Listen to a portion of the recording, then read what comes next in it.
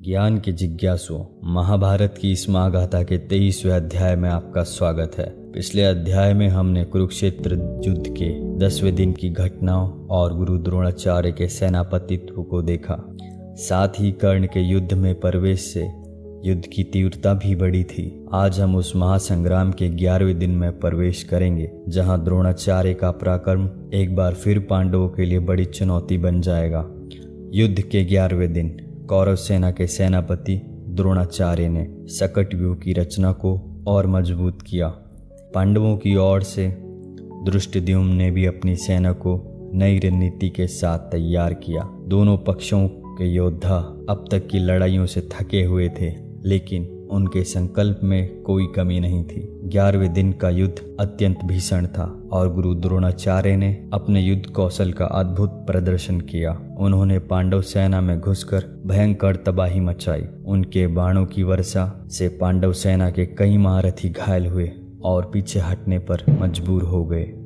द्रोणाचार्य ने अर्जुन और भीम को भी कड़ी चुनौती दी।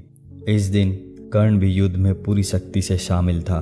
कर्ण और अर्जुन के बीच कई बार भयंकर द्वंद्व हुआ, जिसमें दोनों ने अपनी श्रेष्ठता साबित करने का प्रयास किया। कर्ण ने पांडव सेना के कई योद्धाओं को पराजित किया और द्रोणाचार्य के साथ मिलकर पांडवों पर भारी दबाव डाला।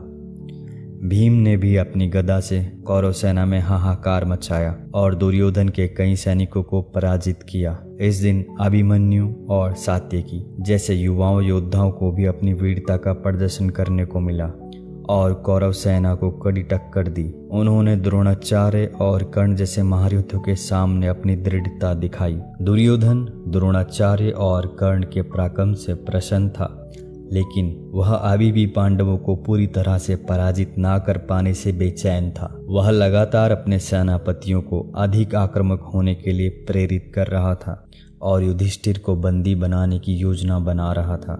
11वें दिन के भीषण युद्ध के बाद सूर्यास्त होते ही रणभेरी बजी और युद्ध रोक दिया गया। इस दिन द्रोणाचार्य और कर्ण के पराक्रम से कौरवों को कुछ बढ़त मिली थी, लेकिन पांडवों ने भी दृढ़ता से मुकाबला किया। युद्ध अभी भी जारी था और हर दिन के साथ इसकी भीषणता बढ़ती जा रही थी।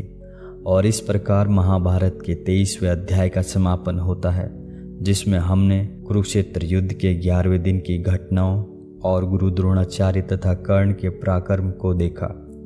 यह दिन युद्ध की तीव्रता को दर्शाता है और यह स्पष्ट करता है कि कौरवों का मनोबल अभी भी ऊंचा था। अगले अध्याय में हम इस महासंग्राम के 12वें दिन की घटनाओं की ओर बढ़ेंगे, जहां युद्ध एक नई दिशा लेगा।